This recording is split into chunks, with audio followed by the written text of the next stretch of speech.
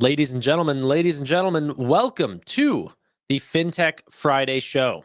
With me, I have the great and powerful Roy Crossroads and the one and only Tevis, the Fun of Investing podcast.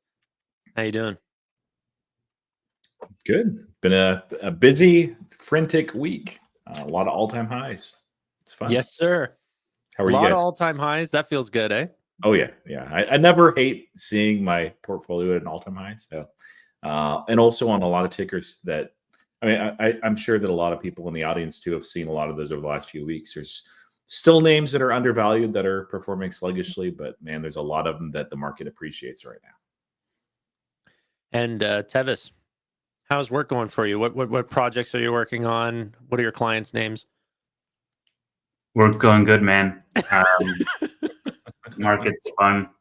It's a crazy market, honestly. It's just, it's crazy out there. Lots to talk about, I think, tonight. We're going into an earnings season. A whole bunch of names are going to be reporting. Roy and I were talking a couple of days ago around how we're staying nimble on the cash positions. Yeah. Make sure we can capitalize on some potential dips, but I don't know. What are you guys keeping for cash right now? I'm about 10% cash. 10. Yeah, it's like 8, but if there's time, and I think that there's time. I actually did a video today, saying, hey, is this a market top? And also what I'd be doing if it was. And I'm starting to do those things. De-risk, basically, remove leverage, short-term options, get out of some swing trades, take some profits on those. I haven't hedged or anything like that, but, money coming in, if not weekly, it's every other week. And I'm like, hey, I'll just, other than my DCA and Bitcoin, which is like no matter what, I've seen nothing where I have to buy more right now. Yeah. I have plenty of some things that are undervalued that I think will be doing well. And I'm comfortable waiting on a dip. So I'll let that slowly fill up, to 10%. It'll take a while, but I think that probably we're not at a local top. I expect that there's probably, another leg up. And then after that, maybe we'll look at that pullback. Tevis, what percentage of cash are you in right now? Like 25. 25? Yeah, well, I use it to, I use a huge chunk of cash to, do the wheeling. Wheeling and dealing? Okay. 25, maybe 30, honestly.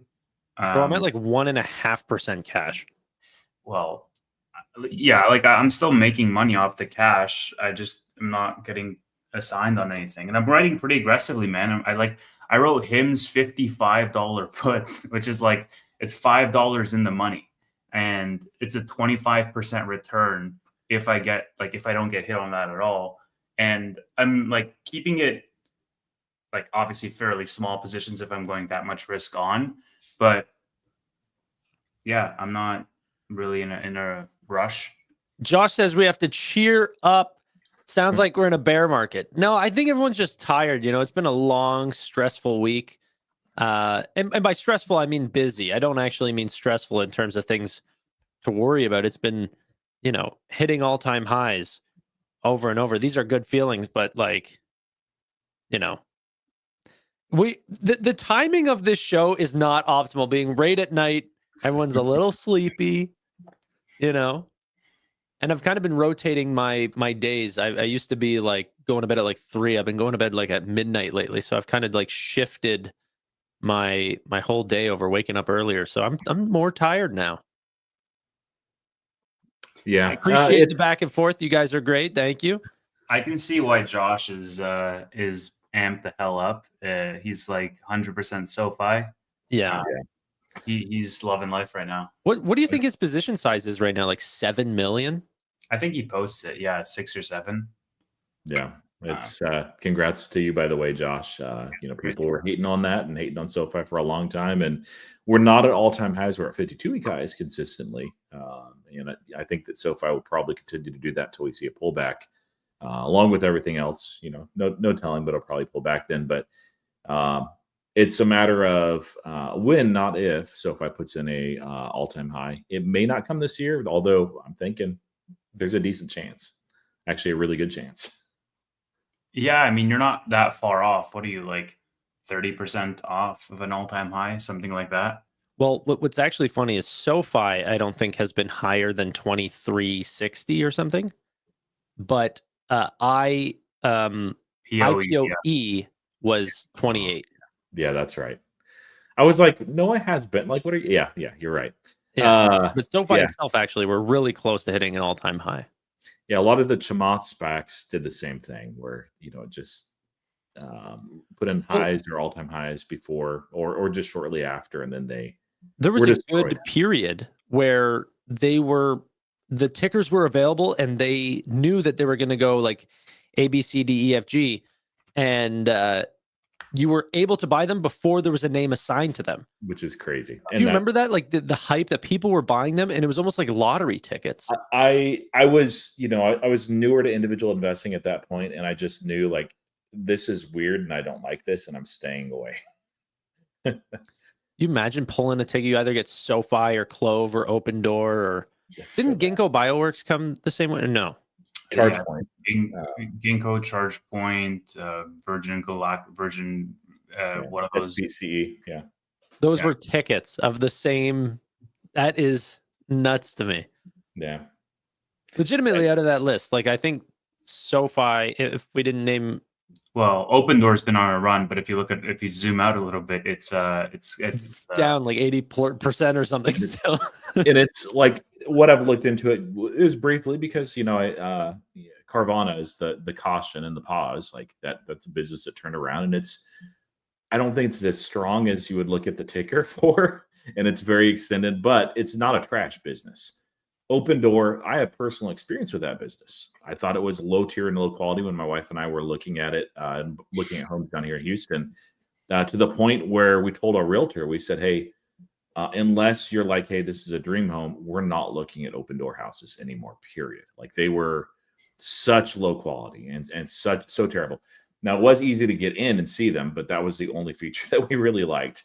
And then like there's all sorts of weird stuff in the C-suite.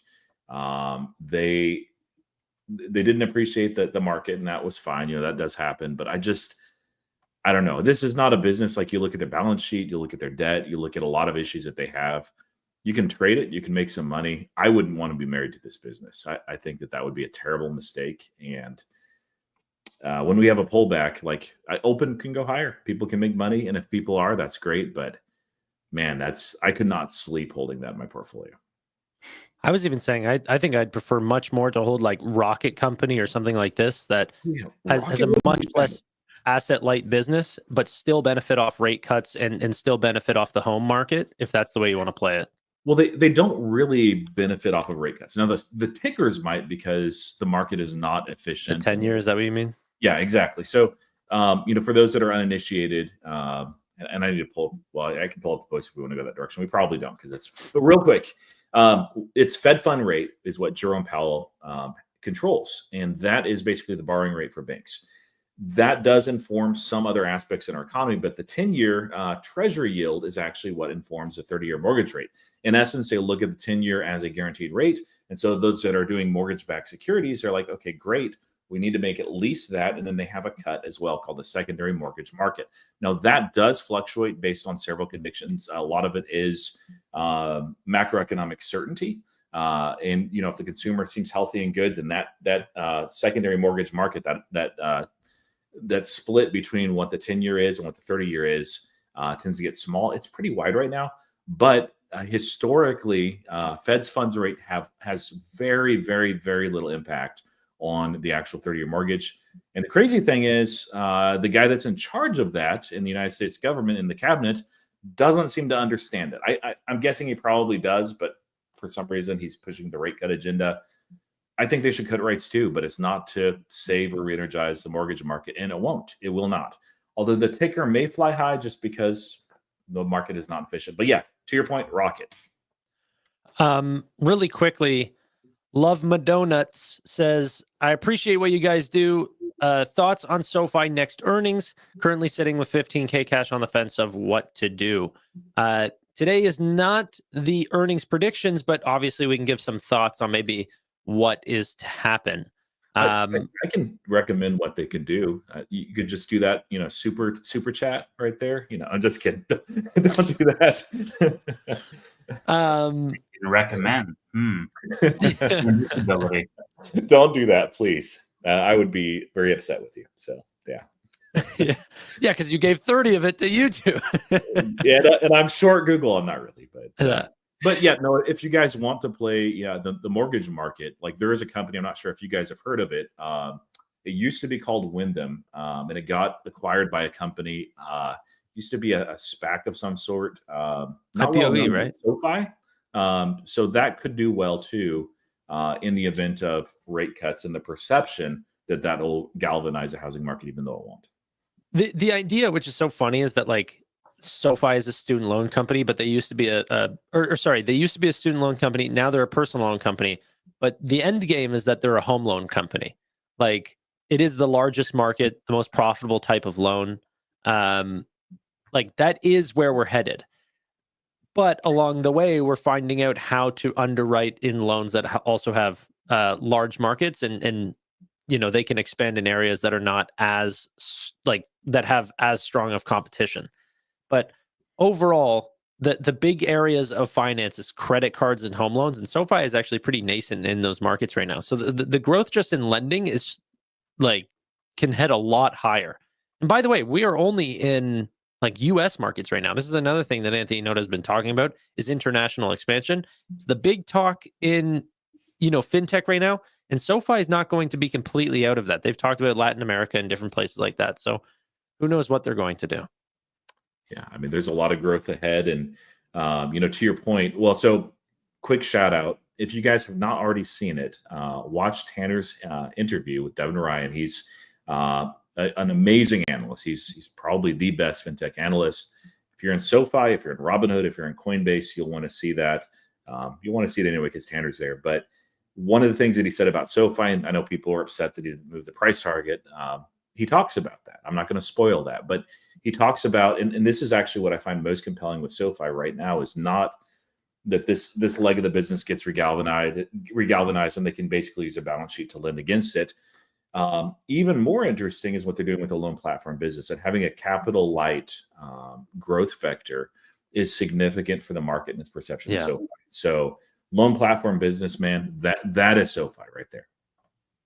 Now the loan platform business is so freaking exciting. And someone asked me if SoFi can have a hood level event where they go from 20 up to 60 plus, like that sort of tripling. I'm like, if there is going to be some way, it has to be a massive explosion in the loan platform business or some sort of Galileo product. Like I'm not going to rule it out, but they have to execute at a much faster level than they have previously. Is it actually possible? Yes, but you need to move quick, and Robinhood's been able to move quick.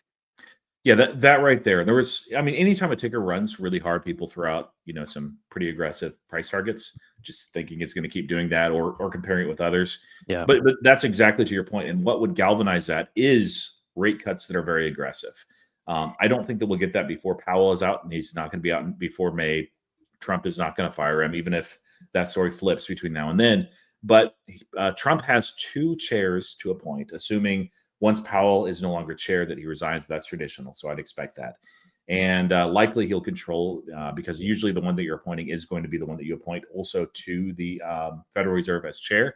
That doesn't mean that Trump is going to get interest rates down to 2%. But if there was a scenario where rate cuts came a lot more aggressively, that's freaking amazing for SoFi and also other lenders as well. And that's when you can see that explosive growth in the company, but also the stock, because unlike before, they had the loan platform business, they could only loan against their balance sheet. And so at a certain point, they're like, well, we're capital constrained. We can't do much more. So you become very selective. Instead, they have all these other people that are out there that are like, hey, we would love access to some of this as well. And there's so many more things they could spin off of the loan platform business. So if we get an environment where rate cuts fall appreciably, that not only helps their balance sheet, it also helps future loans for themselves. But that loan platform business can just get silly and stupid. We're going to see a very high year-over-year comp as far as revenue growth. I don't know that it gets to 40%, but it was a very weak quarter to the previous year. but we could see stupid year-over-year growth numbers in that scenario. Now, I'm not saying that's a likely scenario. I'm not predicting it. I'm not banking on it. But that's when you can see people thinking, oh, SoFi, it's like it's going to be the biggest and best fintech again, solely because of the price action and what they were doing with the loan platform business. So Yeah. all that to say, I'm not selling SoFi. I'm not taking gains here. If we get another big pullback, I might even add. Tevis, your thoughts on the potential for accelerated growth?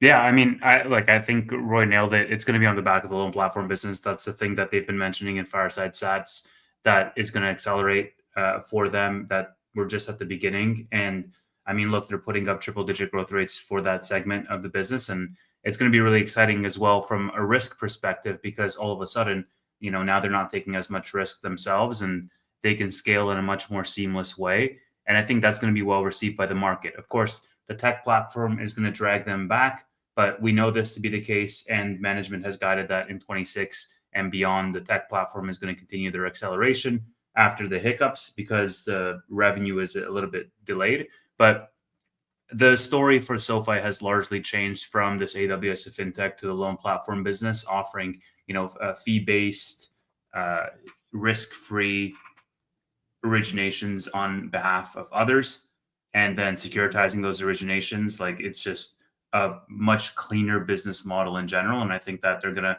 lean into that. I don't even understand why they would still choose to originate on behalf of themselves in the future, why they wouldn't just purely go through the loan platform business entirely. Probably better margins, but like, why take on that headache like when you can just scale so much faster? But I'm hoping we'll hear a little bit more about that specifically. Yeah, what do they do? The only thing that I thought of whenever Anthony Noto said they are contemplating bringing the entire business over to the loan platform business, does that kind of take away at their need to have a bank? And like, what do you do with all those deposits at that point? Is that just like an 8 cost? Like, how do you look at that? Yeah, I don't think it makes. I don't know. I like them being a bank. I think that there's some things, especially given the current. Thank you, Nihar, by the way. Being a bank that differentiates them, especially in the current environment where a lot of regulations like CFPB 1033 are being deprecated.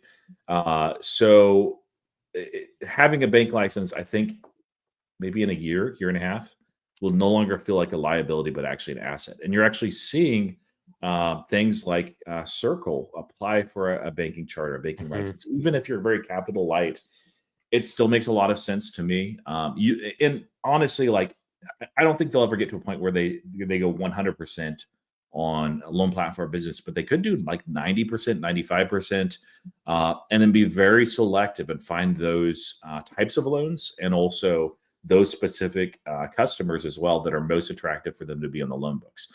As time continues, especially since the loan platform business is on financial services, lending is going to get smaller and smaller. And it sounds like, based on recent interviews, that's something that perhaps that they will push as a narrative as well, that SoFi is less dependent on lending. Technically, it's their own lending, but yes. It is crazy to think that that's where we're headed, is that, like, back whenever financial services made up for $25 million a quarter in revenue, or even like a year, and now it does like 300 million, or even more. The growth rate, everyone knew, and the bulls were screaming at the top of their lungs, like, no, stop just worrying about lending. Financial services will catch up. This is just a matter of time. There could come a time where the loan platform business is not doing $1.5–2 billion a quarter of originations, but actually closer to probably $15 or $20 billion of originations a quarter.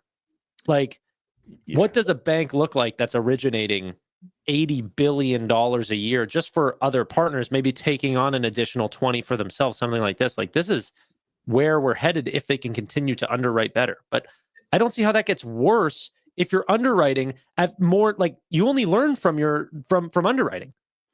Yeah, that's a cool thing. It's just flywheel effect, network effect in that point. And it, to your point, Chris LaPointe mentioned in that Fireside Chat month and a half ago that they were aiming for $1 billion in revenue from the loan platform business, and they were well on their way. Yeah, man. That's what I like, though. You know, Hood talks about 10 different streams of revenue that make that are 9-figure businesses. SoFi comes out and says, "Oh, you know, we're actually building this 10-figure business."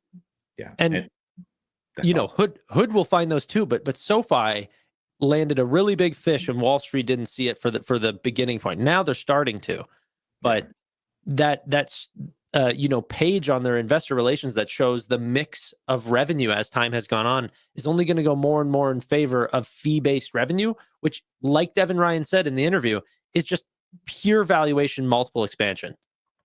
You know, so I'm bullish. Really? I didn't know. Yeah. Yeah.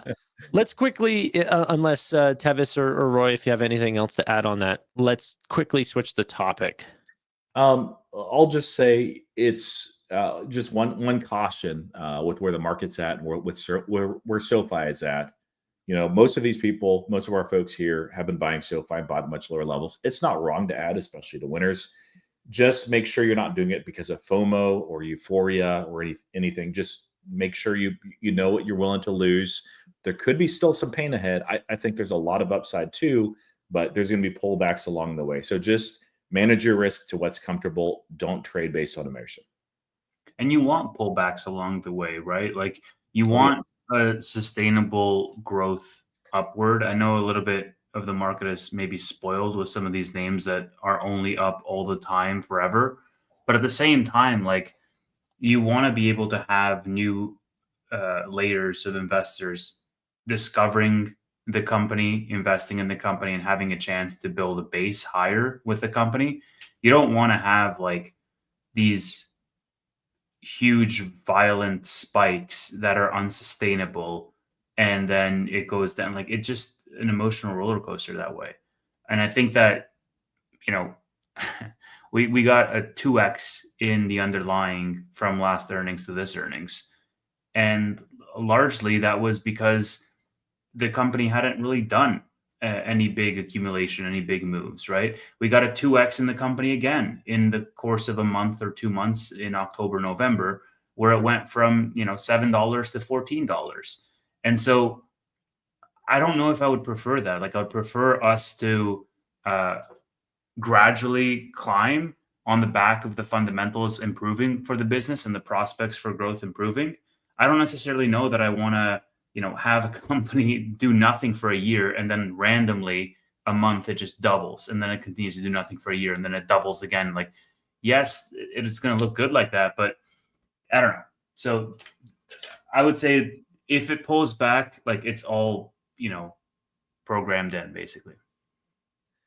Yeah, I mean, there will be healthy pullbacks. I just hope that we don't end up, you know, getting back into single digits. Not because I wouldn't accumulate more, but I think that it sucks for the average retail investor that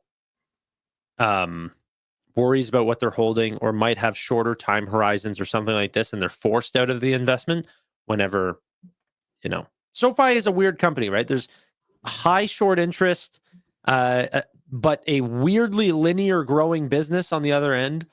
Like every single stat is looking very strong, and I don't know. Yeah, that still puzzles me a lot, and I'll be very curious. You know, when we saw the previous read, it is always a delayed indicator, but SoFi had made a pretty good move up. I think it was at 17 when that spike in short interest was actually seen.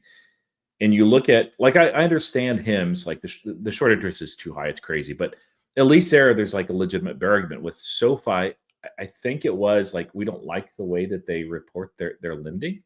Yeah, and maybe it's untested when recession comes, but no one's talking about recession. So it's not even hit and impacted by tariffs. I mean, like, what are you talking about? Yeah. I heard so many people say that it's a fraudulent business and all this stuff. And then you're like, okay, well, they're regulated by the Fed and the SEC, and even fair value accounting is something that regulators don't prefer, but yet they don't make it illegal or don't, like, it's clearly allowed. SoFi's following every single rule. They're doing everything right. And they have more loan buyers every quarter. Like, I don't know. If their loans suck so bad and fair value accounting was so terrible, Why did Fortress come back for another $2 billion of loans? Why does BlackRock sign more securitizations with them? Like, by the way, getting in bed with BlackRock was brush past because that deal was $250 million. But like, you talk about partnerships that you need to scale endlessly. That is one of them. Holy. Yeah, they have infinite money glitch right there. Yeah, the one thing that I'm thinking, as far as SoFi is, I'm guessing that there are some that short just a whole basket of X SPACs. And honestly, if they did that back in 2022 and all the way through now, they probably just printed money. And so at this point, maybe they just don't care. They're like, hey, all SPACs are equal. Let's just, short them all by a certain amount. And some will be winners, some won't. Sometimes they'll lose, but I don't know. Like at some point, that SPAC tank really needs to fade. That may be for SoFi when they get in the S&P 500, which that'll be, maybe a couple of years from now. But hold on. A couple quarters before Hood. Do you think that they get in before Hood? No, I mean, no, they should not. I'm not talking about should. I'm not talking about should. If Hood has not got in, they're getting in before Block. I wonder. Someone said this could be a political issue, and I wonder if it is. Yeah, it could be. We don't know like who is on the board. Like I actually just went through their it's not prospectus, that's the wrong word, but basically the documents, the governance documents. And yeah, there's nothing in there that precludes Hood at all, or AppLovin, or even IBKR. It's weird though, like seeing Block in there. Block is deserving. It's probably in my mind like a top 10 deserving company that should have gotten in the S&P 500, but I don't know. I feel like they overlooked a lot of really good companies, including Robinhood. Like, maybe they just want to buy it like 150. That could be it. Another interesting part that could be is that other people suggest is that they just hate volatility so much. No. Okay, but maybe that's the case. Maybe that's why they haven't taken on IBKR and stuff like this. But SoFi wouldn't fall into that list. It's not volatility though. I mean, like they took in Palantir in the 40s.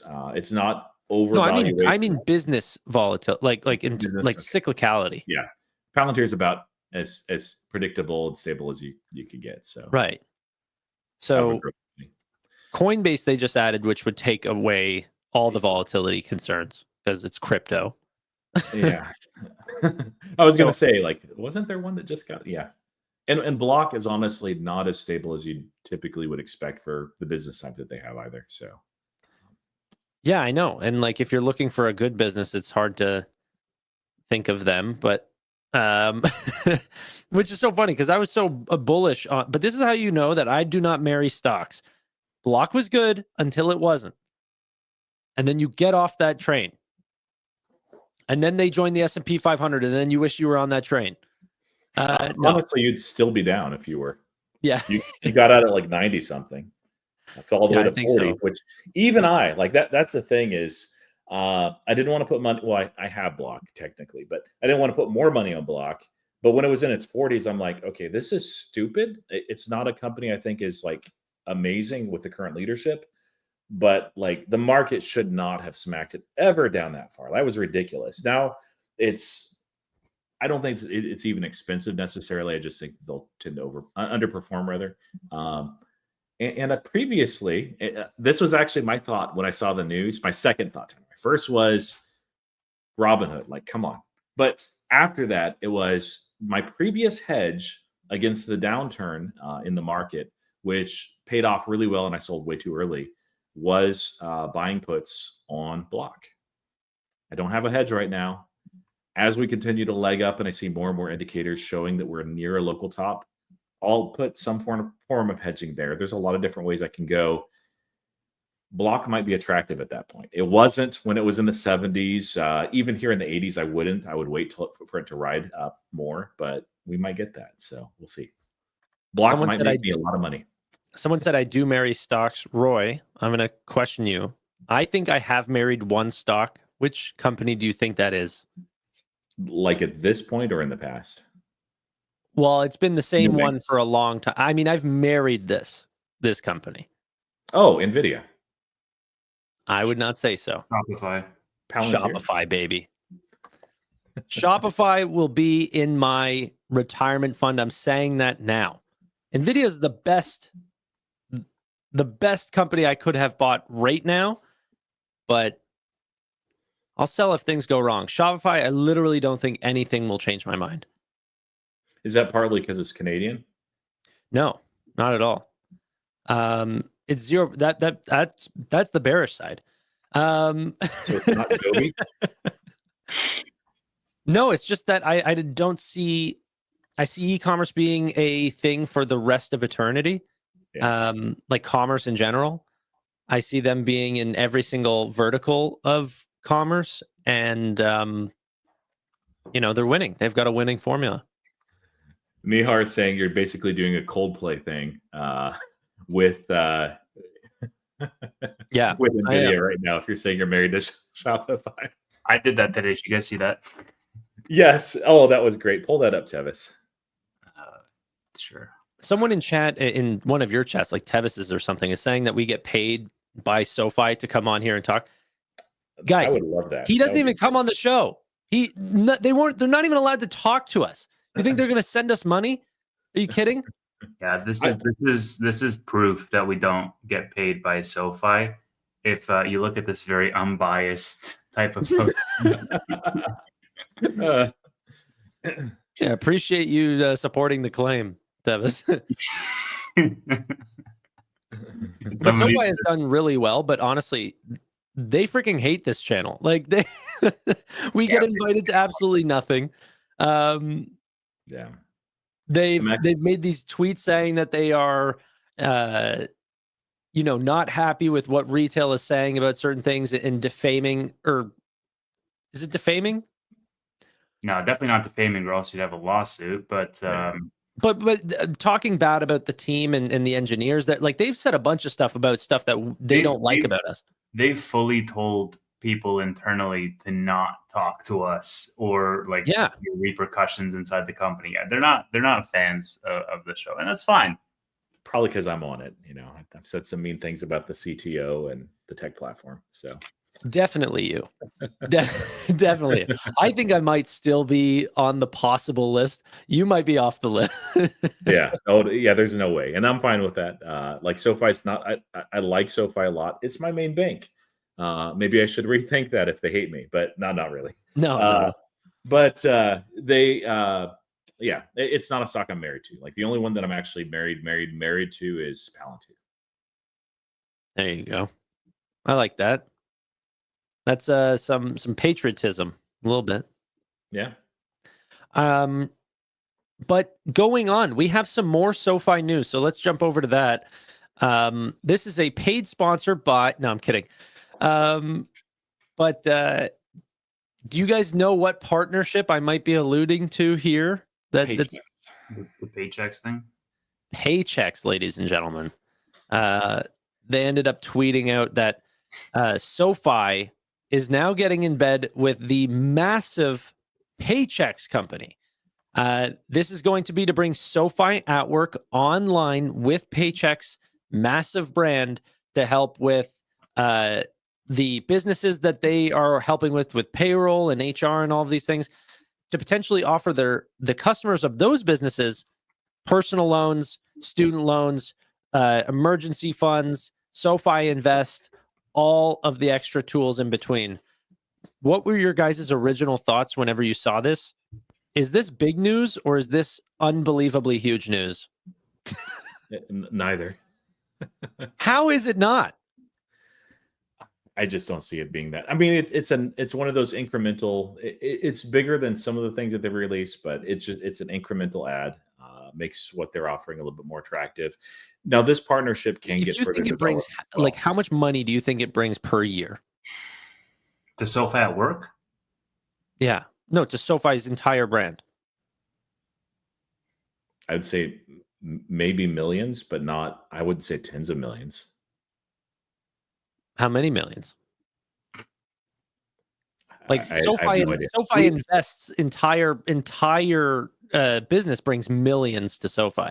We've done this time and again though, and I think it's relevant to have this conversation right after why management that are not fans. It's like we on the show are somewhat liable to hyperbole with regards to news and making it seem like, oh my gosh, this is going to be groundbreaking. Like it's 95 to 90. What example are you thinking of? Think of an example. Dude, we've had so many, private equity announcements, SoFi at work plus Chipotle. It's like, dude, who cares? Yeah. So like I think a vast majority, 9 out of 10 announcements are just, building blocks that support the thesis that this is a growing company. How many employees are there at Chipotle? Dude, how do you expect me to know that off the top of my head? No, I'm just saying. Let me just say this, Tanner. Until very recently, my middle son worked for Chipotle. He was very vaguely, he was aware of SoFi because of a college class he took, and the professor called it out and said it was great. Unlike Dave Ramsey, which maybe we'll talk about a little bit later. But as far as Chipotle, like he would have been, he probably wouldn't even have recognized it and seen that in the documents and everything, other than just like, oh yeah, SoFi, my dad uses that bank, I have this. That wasn't as big of a deal as it seems. Now this can become a big deal because this partnership can develop further, but where it is right now, it's just like, oh yeah, nice. Maybe I get excitable, but so Chipotle has 130,000 people that they could potentially offer benefits to that are student loans and everything like this. So SoFi doesn't break down their personal loans, student loans, and everything by how they onboarded those products. Yeah, and I did like that they said, and I pulled it up here, Paychex Flex Perks has already seen over 230,000 employees purchase at least one benefit. But I mean, like, I don't think it's massive, any more so than the Chipotle thing. To use a metaphor, you don't think it's bigger than the Chipotle deal?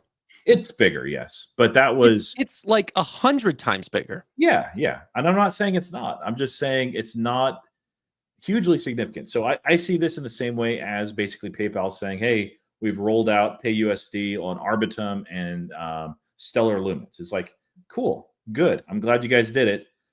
Doesn't really. I mean, it's an incremental ad. It's a small. It's not thing. even remotely the same. This is like PayPal rolling out to Singapore. No, it is, bro. It's like if you take SoFi's entire business, okay, you're looking at personal loans, student loans, everything like that. That's how they make all their money. And then you expand that to 12 million more potential customers. That increases brand awareness and lowers customer acquisition cost. Sure. Yes. I agree that that's the bigger piece here is the brand awareness piece, but like that's the most difficult piece to quantify. Yeah, but like there's no guarantee that like what Roy said, hundreds of thousands of people that are taking the benefits from Paychex. This is one of the largest customers in this game. And there's not another partnership that they have for personal loans, student loans, everything. This is like the only financial one other than a budgeting tool. I don't know that it'll do anything as far as brand awareness, not significantly. They're very good at that already. So perhaps there will be a little bit of recognition there, but it's I don't think that's significant. I think where it goes could be very interesting, but where it's at right now. They have 130,000 employees, Tanner? Chipotle does. Okay. Paychex has 12.4 million people that use their service. Right. 740,000 small and mid-sized businesses. Yeah. 1 in 11 U.S. private workers get paid through Paychex. 1 in 11. People in this chat are getting paid by Paychex. So that doesn't mean that they are going to get offered SoFi products. Paychex is going to offer the 740,000 businesses to say, hey, would you like to offer this? And SoFi is going to pay Paychex a referral fee for doing so. So Paychex is going to want to put this in their face because that's going to be a new revenue stream for them. How many current partnerships do they have as far as products that they offer outside of SoFi? 1,200 businesses. We just expanded it to another potential 800,000. Say that again. SoFi at Work works with 1,200 businesses. Yeah, no, I was like, I think you're answering a different question. So what I'm asking is Paychex, the flex perks. So they offer this suite of perks. No idea. Yeah, I haven't looked that up either. It's not a large. It's not a large attach rate because Yeah. out of 12 million, we've seen 200,000 products taken. And But that's they're what I was not going to say. taking. They're not taking the products that SoFi's offering. Yeah. Like this is a new product, so I think it'll be one that actually has a large take rate because since Secure 2.0, now employees can match student loans for their members. That wasn't available like a year and a bit ago. So I think people are actually are not giving this enough credit. And it's not like they're going to come out on quarters and say, oh, look how well, Paychex is doing. But member growth is just going to pick up because that's what SoFi at Work does, is it just brings on new members. Like SoFi at Work itself is not bringing in new money. It's bringing it to customers to personal loans, to student loans, right? So whenever you see SoFi at Works, I think they have like 85,000 products outstanding or something like that. That's not 85,000 relay accounts. That's 85,000 student and personal loans. Like they're big products. So I'm a big fan of this Paychex thing. I thought that this was a big deal. But I think the Chipotle deal is big too. Like I mean, SoFi brand awareness. Come on. It's incremental. But yeah, for brand awareness, like honestly, like you don't, when you onboard to a company like Chipotle, and maybe once a year you'll see and be reminded of certain benefits. It's overwhelming and there's so many things thrown at you. You will not, like, it does almost nothing for brand awareness. Yeah, but we just expanded to 120 Chipotles. So do you think, I'm just curious now that we're talking about the numbers, do you think this is bigger or smaller than the TGL news? Smaller. Why? Paychex has 12 million, like how much does TGL reach? Yeah, but TGL reaches like hundreds of millions on TV. Like I think hundreds of millions watching TGL on TV, like the hard, like all the clips, all that. Like I think the name is just way more apparent. But also that's a direct cost to SoFi. I think that this TGL thing will be like they'll pay a lead generation, but they're only going to pay out if the conversion's guaranteed. Right. Well, I mean, from a brand awareness perspective, right? Like it's all baked into the customer acquisition cost. Yeah. I mean, I think the TGL thing is bigger because some brands are going to be selective. Not all of them are going to choose SoFi, but there will be conversions here. I like these types of deals.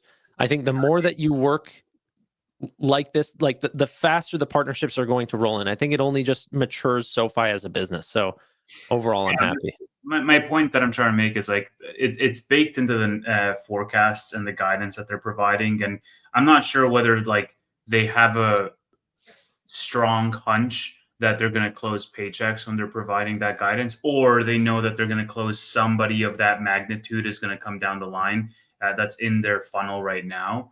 But it's not going to do something like it's not something that's unexpected that they're going to adjust their guidance upward as a result of it. Like all of this stuff is baked in. So that's why I'm like, it's not that really like a crazy thing. Yeah, and I'm not finding that suite of products. I just looked at it. It is a publicly traded company. So that is something to keep an eye on. And if you're in Quarter, they're a huge company. They're a $60 billion company. Yeah, I didn't know if they're publicly traded or not though. So, but yeah, makes sense. But you might actually hear about that, or at least more details of it too in earnings calls. So it's something to keep an eye on. Yeah, really quickly, I just want to take a second here. Josh, thank you for the donations. Really do appreciate it. SoFi Vegas trip around NFL playoffs, Super Bowl. Who's in? I mean, if you're going to do a SoFi trip, you're not going to go to the SoFi Stadium? Come on now. Well, I mean, you could for the World Cup, right? That could be fun. David asks if I own any Prime or Abcelera. I actually do own Abcelera. Oh, because it's Canadian? No, dude, I didn't even know that. I know nothing about the business. British Columbia. Whenever And people donate, I buy the stocks that they tell me to purchase. And so now we have a community fund. And dude, it's everything you would know that I never would touch. It's like all quantum. I've got Joby. I own all these companies now. I own you know what the number one position in the portfolio is? It's not SoFi. Here, wait, I'll show you here. We track it in live time. Well, I'd you love should it to be Palantir, but thank your viewers for Joby. They really did their due diligence on that one. Yeah, bro. Also, I told you I was going to scold you here. Do you know how much that company's up year to date? I know. Roy and I covered it in the bootleg. Don't worry. It's up like 130%. it's already covered. Don't worry about it. Eric, thank you so much. Is DLocal on anyone's radar? I actually started looking back into DLocal. Obviously, they have some pretty stellar growth rates, probably the fastest in fintech right now. So I'm going to look back into DLocal, but payments is definitely a weird space right now. There's going to be a ton of movement. Yeah, I don't personally like it where they're at as far as payments processing. They do a little bit more than that, but it is commoditized, especially as there's more and more players here. Now they have some good partnerships. PayPal actually announced a partnership with DLocal. Though nobody cared about that. For PayPal, just DLocal, I think it'll be okay. I just think that there's better opportunities. There's a lot of disruption potentially right now in pure payments. So especially when you're just a payments processor.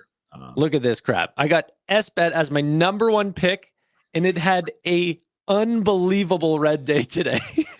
Wow. So the whole fund looks like it's getting killed. I'm down 7.9%. This is not fake money. I'm putting I had to buy $1,000 of SBET because I have a crazy viewer that donated $1,000 to put it into SBET. Yeah. And it's down 20%.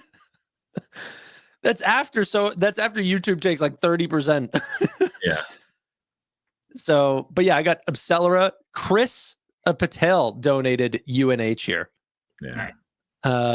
But yeah, we got all these names I would never touch, bro. Yeah. It's all healthcare stuff. I don't know why this is what retail does these days. Cloudflare in there. Roy and I have been looking to get into that.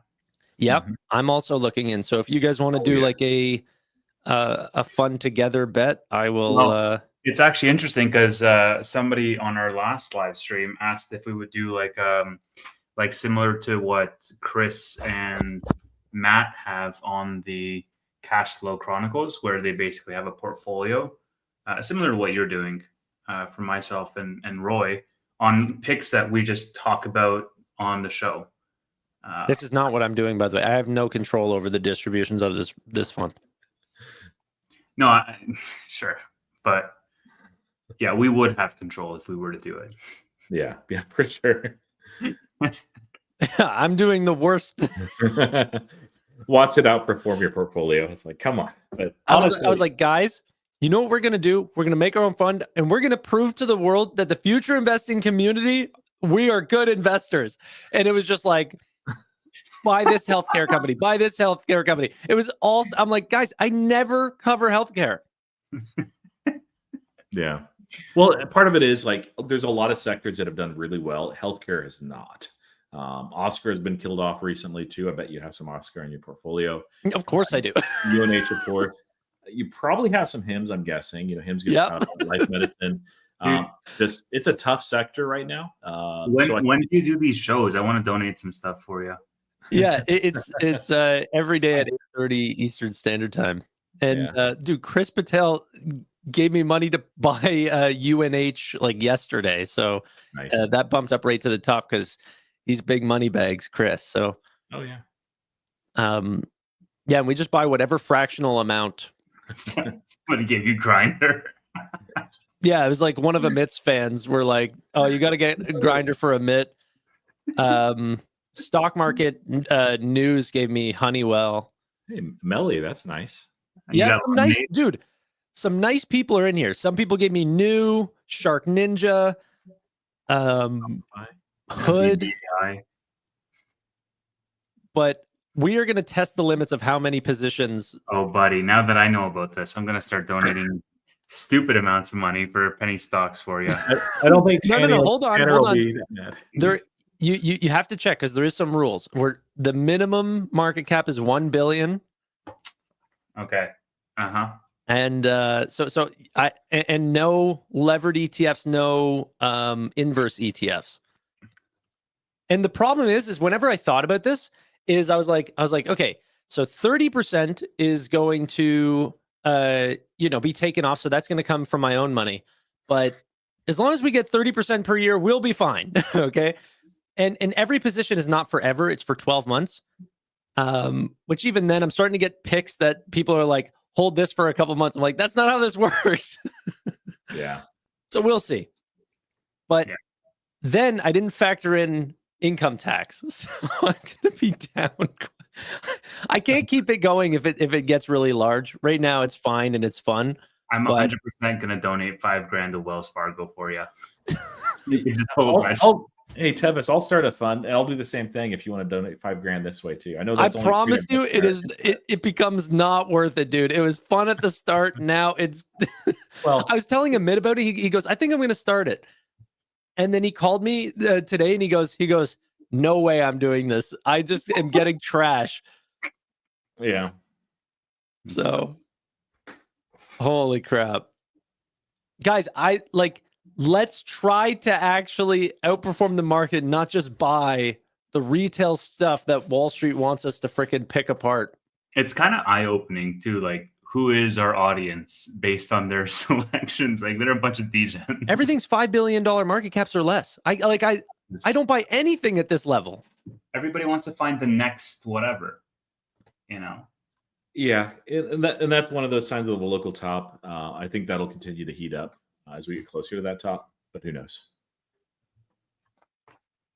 Who knows? There will be a couple winners in there, and then the people that found those will be geniuses. Look at Tevis and Roy for Hims, right? That was a small name. Now it's a huge name. Dude, yeah. I look at Rocket Lab every day. I hope Matt's not in the chat. I look at Rocket Lab every day, and I'm like, God damn it, Tevis, why did Yeah, we did a stock tank at $4 for that company. Yeah. Well, and what is sad is for me is at 7, I'm like, I missed it. I at 4 and change, Matt had this post like, hey, you've not looked at Rocket Lab. Maybe it's time. And I said, okay. And that's all I said. But I messaged him. I said, I'm actually looking into it now. And it's pretty compelling. But I didn't do the invest and investigate. I instead investigated first. It had run from 4 to 7. I'm like, well, it'll probably pull back. Maybe I'll get it 5.5, 6. And I'll buy a decent position. It wouldn't have been massive, but a couple thousand shares. And they kept running. And I'm like, well, I guess I missed it. And I was like at 11 or 12. Didn't miss it. Yeah. So I'm frustrated at myself on that. Because I saw, like, it would have been one thing to have just not looked in it. It would have been another thing just to be like, hey, I didn't have funds available. But to see it at 7, have the hubris to think, oh, it'll pull back and not buy at least some there. And then think that I missed it at 11 or 12. Like, I didn't think that I missed like the whole thing. Don't think that. I just was like, hey, it's still going to be a while for profitability. And as they rev up this new engine, it's going to take some time. There are some headwinds in the sector as well. We don't know a lot as far as what the macro would be like at the time. I'm mad at myself. So big mistake. I remember whenever Matt showed off Rocket Lab to a stock tank. I don't know if you remember this, Tevis, but like, I think we ended the call and I called you and I was like, bro, I'm not impressed at all. I was like, I don't know who this Peter Beck guy is, but he seems to just be burning through investors' cash, and he's using this as like a pet project for him. I don't think he's a businessman. I think he's more like a wannabe astronaut. And then, you know what my mental block is and was at that time and still is with Rocket Lab, and I hope Matt's not watching this. It's honestly scar tissue from Virgin Galactic. Like that thing, space tourism, blah blah blah, and it just crashed and burned. And I'm just like, oh man, space companies. I don't know if I want to get involved. But Curtis, thank you so much. I'll make sure to add Oscar. I love that name. Thank you. I know when you actually like Oscar. No, you like the name, not the. Okay. No, I know nothing about it, but it's called Oscar Health, so I don't like it. I think it's okay-ish, but yeah, the name itself, yes. Just start a your channel at this point, dude. What? Just start a healthcare channel at this point. Curtis could be right though. I mean, so far he's made a lot of good picks, but like, Yeah. I don't know. You can't know every name unless you're Jim Cramer. Yeah, and I don't know. It's a weird space where for like 3 years I think Oscar will be decent, and then there's going to absolutely be political blowback. Like it's inevitable. So I don't know. If you guys are in it, just be careful. Is all I'm saying. For this Christmas, are we doing the second part of the gift where like you gotta give one thing that you think is going to be best performing, and then you're also giving one thing that you think is going to be the worst performing? What's the point of doing it again if the people don't even follow the rules? Okay, Tanner, you didn't follow the rules. I did. I followed the rules. No, Roy, look at who is Roy pointing to? What rule did I break? Tell me which one. Giving your friends shit. Giving them coal. Giving your friends a double? You had no conviction in it. I had tons of conviction. They are the next EV toll. The rule is you have to own it to give it. That's a new rule. That wasn't the rule back then. But it was. You guys added it because of my Joby actions. We had said don't intentionally give coal. Now Steve will because he loves weird things and that happens. But you're not supposed to. I hold Joby. It's in my portfolio now because people gave it to you and they forced you to buy it. So now I have like 60 names that I could give you guys. Oh my god! No, we got to make a new rule, Roy. Well, so whoever ends up winning, and hopefully it's not Joby, they write the rules basically. So you got to root on Hims. Maybe Lemonade can pull it out. Transmedics is actually doing well. Everybody but Steve's pick, and of course I'm the one that I own that name too, by the way. Big Transmedics guy over here. Okay, yeah. Shall we end with this little bit here? What's that? Oh, I need to actually share it as a tab though. It's the Dave Ramsey thing. That guy's been shitting SoFi for years, dude. Yeah, honestly, I don't really care to. He just said he thinks that banks that know your name and know you as a person are better banks, and that he said that people should bank at Fairwind Credit Union or something like this. I looked through that brand, and by the way, he was sponsored by the company. Yeah. I looked through. It's everything that you'd expect from that type of bank. Account fees, minimum minimum account balances. They have low rates in account like APYs, not as low as the JP Morgans. They had some accounts that had 2%, some that had 1%, but it's not SoFi level. He did more than just that. Yeah, I know that he doesn't like banks outside of regional banks. Dude. He indicated that SoFi was like the second worst and second trashiest bank. He bagged on the naming rights of this stadium, and he had we don't do business with Wells Fargo, JP Morgan Chase, and God help you, the SoFis. Like it's not just I don't like banks in general. Go credit union.